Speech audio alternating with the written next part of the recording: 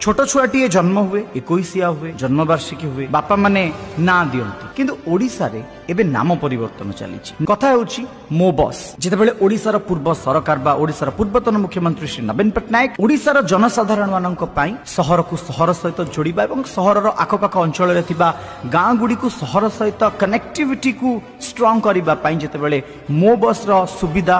साधारण जनसाधारण मानक पई भेटी दैतिले सेतेबेले ओडिसा बहुत उत्सव मुखरित हो सारी किंतु मो बस ना वर्तमान आम बस हो सारी भूल कहली ना ठीक कहली किंतु मो बस ना आम बस तो हो सारी ब्रांडिंग रे आपण माने कलर चेंज करूचंती सरकारंकर